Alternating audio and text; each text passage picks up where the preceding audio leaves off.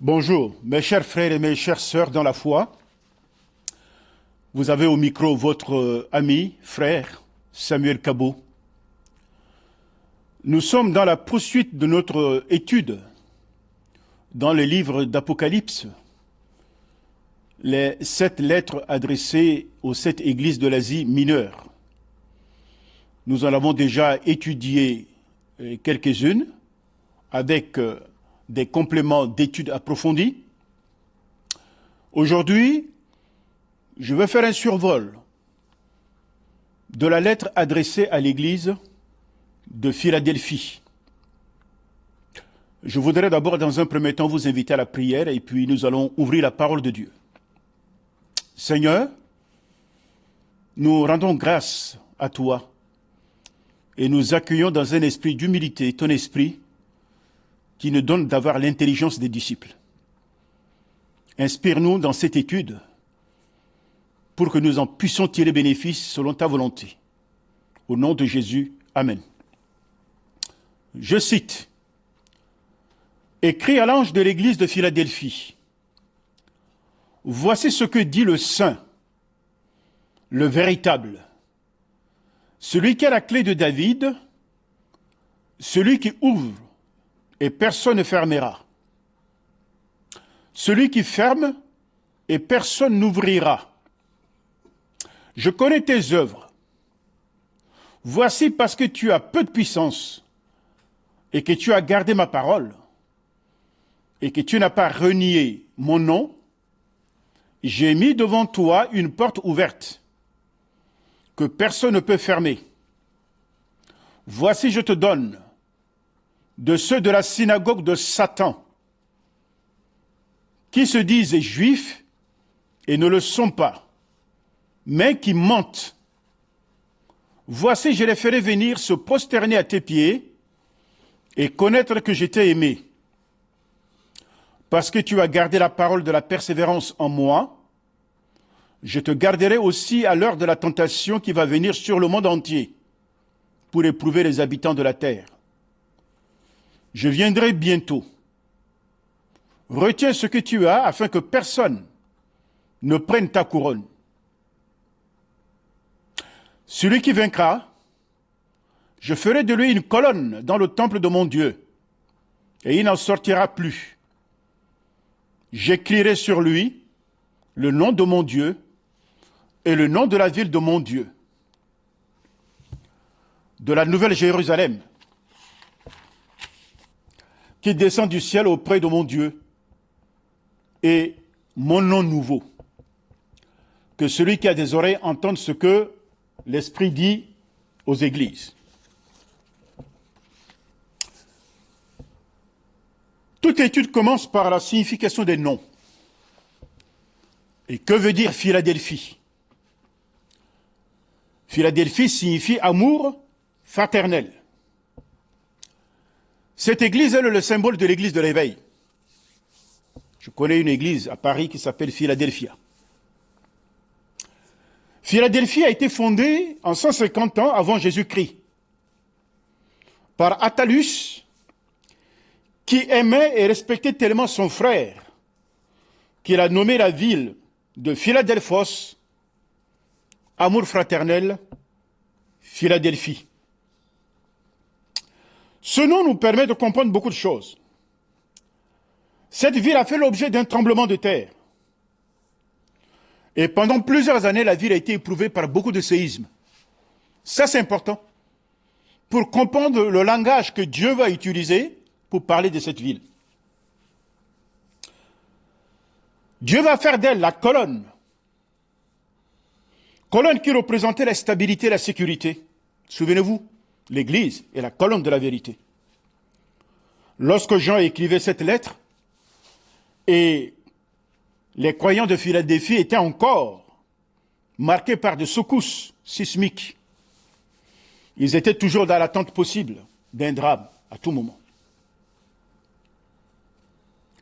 Explorons toujours historiquement cette ville. La région de Philadelphie était propice à la vigne. De par ce fait,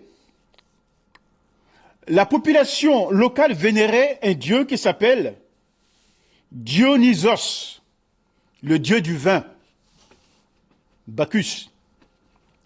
La vie des chrétiens était confrontée à la même adversité que les autres villes nommées par le Seigneur. Leurs conditions de vie n'étaient pas meilleures ni pires que les autres. La renommée de Philadelphie n'a jamais atteint celle des autres églises, car Philadelphie était une église pauvre, pure, influente, ce qui a été confirmé par Apocalypse chapitre 3 verset 8. Elle était une église missionnaire, pour ainsi dire. Cependant, elle va connaître une destruction. À 1700, après Jésus, par un tremblement de terre. Puis elle fut reconstruite.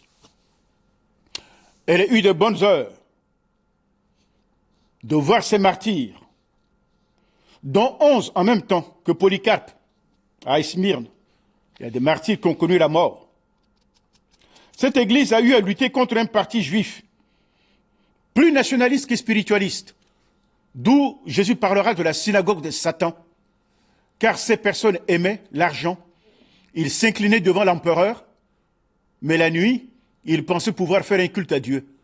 Mais ils rejetaient tout ce qui était des chrétiens, que les chrétiens considéraient les juifs étaient comme étant leurs frères. Mais les juifs vont les repousser. Ils vont mettre les chrétiens à nu, ils vont les dénoncer, et ils ne feront pas l'objet de la sollicitude ni de l'approbation de Jésus. Jésus va les considérer comme étant les synagogues de Satan. Quand on fait la lecture de ce texte, deux niveaux de pensée apparaissent. Premièrement, les 4 choses qui concernent l'église de Philadelphie, de la bouche de Jésus. J'en cite, « Je connais tes œuvres. » 1. 2. Tu as peu de puissance. 3. Tu as gardé ma parole. 4. Tu n'as pas ruiné mon nom. C'est merveilleux ça. Et ensuite, cette église va faire l'objet de 10 prédictions de la part du Seigneur. J'en cite. Je te donnerai les menteurs, ceux qui mentent, tu les dénonceras.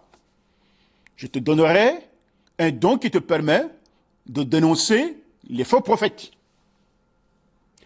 Je les ferai se prosterner devant toi. Je les ferai reconnaître que je t'ai aimé. Je te garderai de la tentation.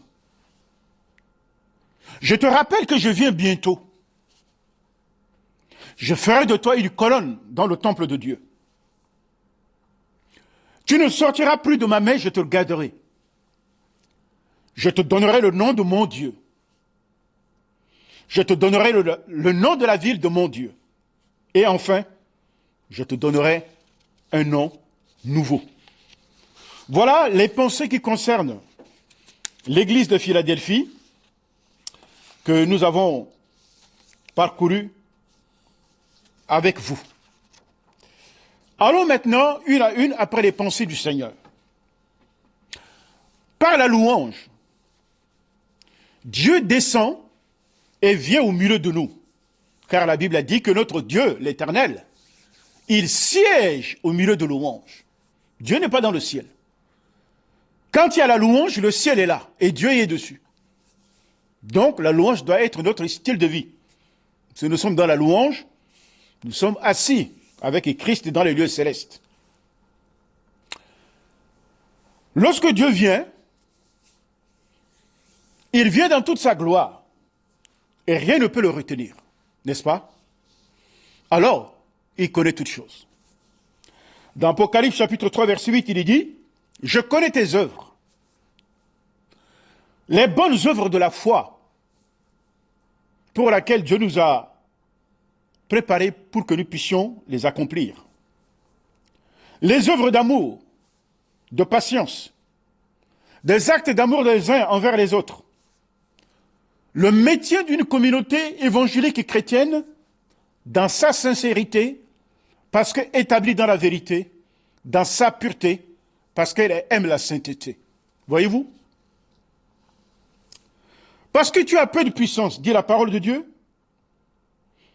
Bien que la puissance n'est pas liée à une force physique, mais la puissance dont disposent les chrétiens de l'église de Philadelphie, elle vient, elle procède de Dieu.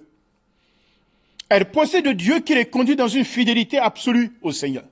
Quand on est dans la fidélité, Dieu pour nous est un bouclier.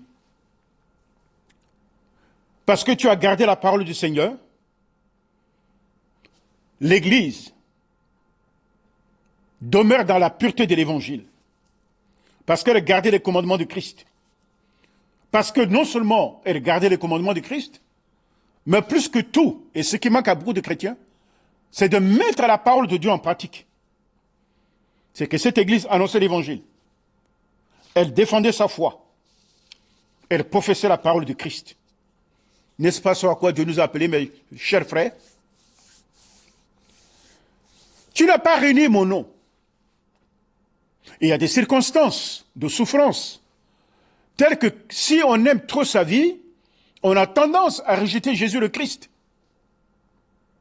Comme l'exemple de ce père, car la scène se passait dans une église, dans un pays qui n'a pas voulu entendre parler de Jésus le Christ. Un pays complètement athée. Mais malgré cela, l'évangile faufilait.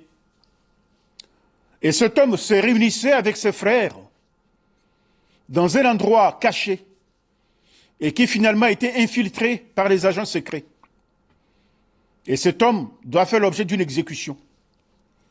On lui a demandé de régner le nom de Jésus et il sera sauvé, lui et toute sa famille. Mais quand il a vu sa femme, il a vu ses enfants. Quand il a vu sa femme, il a vu ses enfants.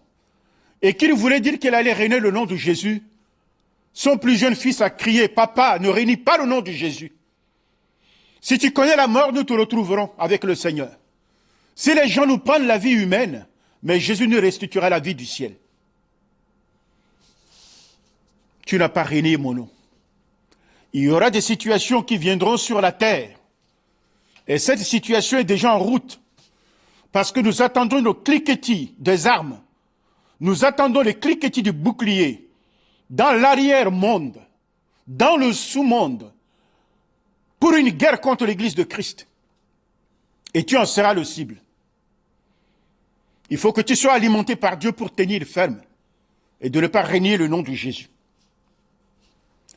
Les autorités païennes ont souvent mis les chrétiens à l'épreuve en leur ordonnant, sous peine de mort, de blasphémer ou de régner le nom de Jésus.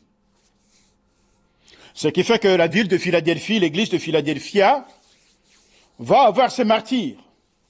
Mais malgré les martyrs qui seront comptés dans son rang, elle va continuer à confesser le nom de Christ et son appartenance à Jésus. Et plus que tout en respectant la doctrine, sans la frelater. Ce qui n'est pas le cas par les temps qui courent, lorsqu'on entend avec l'oreille de prophète certaines prédications, certaines approches de l'évangile, c'est de l'eau de rose. Non, la vie de l'évangile, la parole de Dieu, c'est la parole de puissance. Et nous n'avons pas à négocier pour quelque raison que ce soit. Voilà ce courage a fait preuve l'église de Philadelphie.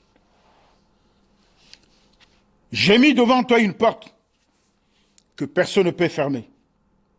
Dieu est notre avant-garde et il est notre arrière-garde. Cette porte ouverte représente le chemin pour la conversion des gentils de l'époque, car Dieu aura créé de grandes opportunités pour que l'évangile soit prêché aux gentils, aux païens. Cette porte ouverte symbolise aussi pour nous les chrétiens la porte de l'enlèvement qui sera ouverte grâce à la louange et à l'adoration, à notre intimité avec Dieu. Car quand on est intime avec le Seigneur, il nous précède.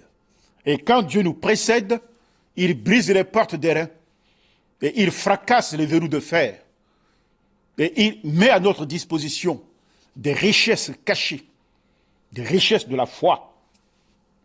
Voilà ce que nous avons besoin de comprendre au travers de ce qui se passe à l'église de Philadelphie. Verset 9. Voici, je donne quelques-uns de ceux de la synagogue de Satan qui se disent juifs et qui ne le sont pas et qui mentent. Au sujet de ces juifs, c'était beaucoup plus l'argent qui les intéressait et ils ont fait allégeance malgré tout à l'empereur de l'époque au mépris de leur appartenance à la loi judaïque. Et Jésus les considérait comme étant les tenants de la synagogue de Satan. Et ce n'est pas de eux que viendra le secours. Voici, je ferai venir se prosterner à tes pieds et qu'ils vont reconnaître que moi, Dieu, je t'ai aimé. Ils ne viendront pas pour adorer, mais Dieu les fera incliner devant toi pour les humilier, en sachant qu'en te régnant, en régnant lui, Dieu, l'amour de Dieu est porté sur toi. Et au travers de toi, ceux qui auront le cœur simple tenteront d'expérimenter à leur tour l'amour de Dieu. Par ailleurs, verset 10, parce que tu as gardé la parole de la persévérance en moi, je te garderai à l'heure de la tentation qui va venir sur le monde pour éprouver les habitants de la terre. Dans Psaume chapitre 75, verset 4, la terre peut trembler et tous ses habitants, mais Dieu y tient les colonnes, le fondement de la terre. Dans Psaume chapitre 11, verset 3, lorsque les fondements de la terre sont ébranlés, le juste, pour rester debout, que ferait-il? Dieu dira, l'Église a souffert de l'affliction, l'Église a souffert de reproches, des persécutions, des moqueries, des mépris que nous subissons nous tous à notre époque. Mais elle a gardé la parole du Christ. Elle a gardé la parole de Christ pure. Elle ne s'est pas mouillée dans la compromission. Elle ne s'était pas laissée aller à la corruption. Elle a cru, contre vents et marées, à la promesse du retour du Christ. Et elle est restée patiente. Et elle a persévéré. Voilà ce à quoi Dieu nous appelle. La tentation va venir sur la terre des hommes. L'Antichrist est en route. Il est en train de décorer le monde pour que son règne puisse être opératoire. Mais en ce moment, on reconnaîtra la différence entre les vrais chrétiens et les faux chrétiens. On verra lesquels de nous garderont la parole de Dieu. Car le Seigneur s'est délivré de l'épreuve, les hommes pieux, et il va les réserver pour la justice. En revanche, les injustes seront punis au jour du jugement. L'église de Philadelphie, malgré les tribulations et les épreuves,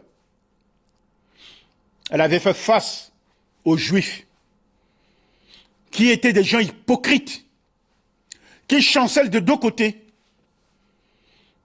Et ce n'est pas sur eux qu'il faut compter. Dieu a promis de nous préserver de ce genre d'hypocrisie pour nous garder dans l'intégrité et dans la constance lorsque nous sommes fondés sur la vérité et la justice. Oui, Jésus va relever notre regard pour le pointer vers l'éternité. Il dira, je viens bientôt. Et la venue du Seigneur est réaffirmée.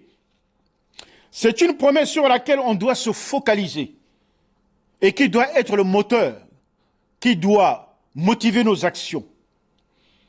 Et doit être le carburant qui doit nous amener à courir pour le royaume de Dieu. Car c'est vers l'objectif que notre regard est porté. Nous ne jetons ni le regard à gauche, ni le regard à droite, pour ne pas être tentés par la séduction. Mais notre regard doit être fixé sur celui qui est le chef et le consommateur de notre foi. On doit s'y préparer. Et c'est ce que fait l'église de Philadelphie. Et c'est ce que la parole de Dieu t'invite, moi et toi, à faire autant. Retiens ce que tu as, afin que personne ne vole ta couronne. Ce que nous avons, c'est la parole de vérité. Et le but du diable, c'est de nous faire chuter de la position où nous étions, comme les Éphésiens. Les Éphésiens étaient assis avec Christ dans le lieu céleste, mais le diable est parvenu à les faire descendre certains. Et toi et moi, lorsque la tentation viendra, Aurions-nous le courage de garder ce que nous avons reçu de la part du Seigneur? La parole de la vérité? Mon frère et ma soeur, je te l'exhorte. Ce message destiné à nous préparer par les temps qui vont arriver. Tu ne diras pas que tu n'as pas entendu. C'est Dieu qui m'envoie vers vous pour annoncer cette parole. Écoutez-la. Serrez-la sur votre cœur. L'église de Philadelphie, comme l'église de Christ à l'heure actuelle, l'église missionnaire, doit celle qui doit faire preuve de l'amour, doit celle qui propage la doctrine pure, doit celle qui fait preuve de la patience, de l'intégrité, de la constance. Nous voyons qu'une récompense, la couronne, nous sera donnée et on ne la perdra pas. Il en est de même pour nous. Nous pourrons perdre la récompense de Dieu si nous ne restons pas fermes sur sa parole. Celui qui vaincra, et on va vers la fin, je ferai de lui une colonne dans le temple de mon Dieu, et il n'en sortira plus. Celui qui vaincra lors de la tentation, ce temps d'épreuve, qui restera ferme et qui résistera, Dieu le considère comme étant une colonne. Et une colonne soutient. Il soutient en raison de sa stabilité. Une colonne apporte l'équilibre. Il apporte l'équilibre à cause de sa constance. Une colonne apporte la force. Il apporte la force à cause de son soutien et qui mène vers l'honneur. Il deviendra un citoyen céleste et il résidera pour toujours dans la présence de Dieu. Oui, Dieu fera de nous le peuple de son royaume et nous vivrons la félicité avec Jésus le Christ. La récompense se poursuit. J'écrirai sur lui le nom de mon Dieu et le nom de la ville de mon Dieu, la Jérusalem céleste, de la nouvelle Jérusalem qui descend du ciel auprès de mon Dieu, et je lui donnerai un nom nouveau. Alléluia. Mon nom nouveau, c'est le nom nouveau que Jésus nous a donné au travers de la nouvelle naissance. Ce nom nouveau est celui qui est marqué dans le livre de la vie et qui atteste bel et bien que nous appartenons au royaume du Seigneur. Alors, que celui qui a des oreilles entende ce que l'Esprit dit aux églises. Cette parole relève d'une application individuelle et collective. Que celui qui a des oreilles entende ce que l'Esprit dit aux églises. Qu'il entende quoi? Que dit l'Esprit aux églises? Que nous devons garder la parole de Dieu. Que nous devons garder son nom et ne pas le renier. Que nous devons persévérer en lui, malgré les circonstances.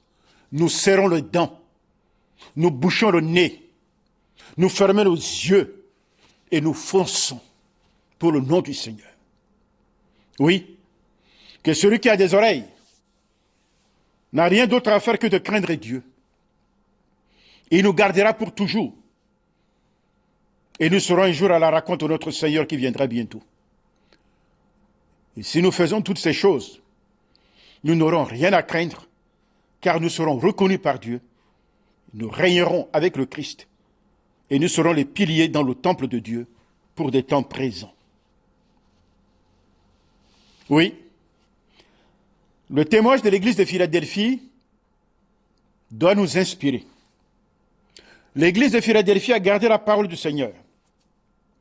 Elle s'est soumise à lui avec le désir de le glorifier, en refusant de renier son nom, en dépit d'un monde idolâtre qui le persécutait comme maintenant, où le chrétien est appelé à briller comme un flambeau au cours de cette génération perverse ou corrompue, où les gens ne savent pas distinguer leur droite d'avec leur gauche, où ils prennent ce qui est amer en doux et ce qui est pire en bon. Ils changent les choses. Mais Dieu nous demande de rester fermes, de ne pas déplacer les bornes. C'est pourquoi le Seigneur, en voyant notre obéissance, fera de nous dans sa colonne. Et nous bénissons le nom du Seigneur. Que l'amour fraternel dont porte le nom de cette Église anime nos cœurs Que l'amour que nous avons reçu de la part de Dieu soit celle même que je puisse aimer mon frère et ma sœur. Et que tous ensemble, nous tenons par la main, nous marchons de manière résolue sur le chemin de la victoire jusqu'à l'avènement de notre Seigneur. Recevez ce message. Réécoutez-le. Arrêtez. Priez. Lorsqu'un message, un passage vous brûle le cœur, c'est que c'est Dieu qui vous parle. Je suis heureux de partager ce moment avec vous. Que le Seigneur nous fortifie et nous fasse de nous comme des traîneaux garnis de pointes sur lesquels viendra s'écraser l'adversaire. Quand l'ennemi te prend, tu es comme un porc qui pique, tu le piques parce que Dieu est avec toi. Et que cette puissance soit renouvelée en nous et que le nom de notre Dieu et de Jésus-Christ, le roi, le souverain du roi de la terre, le témoin fidèle, le premier-né d'entre les morts, soit glorifié. Amen.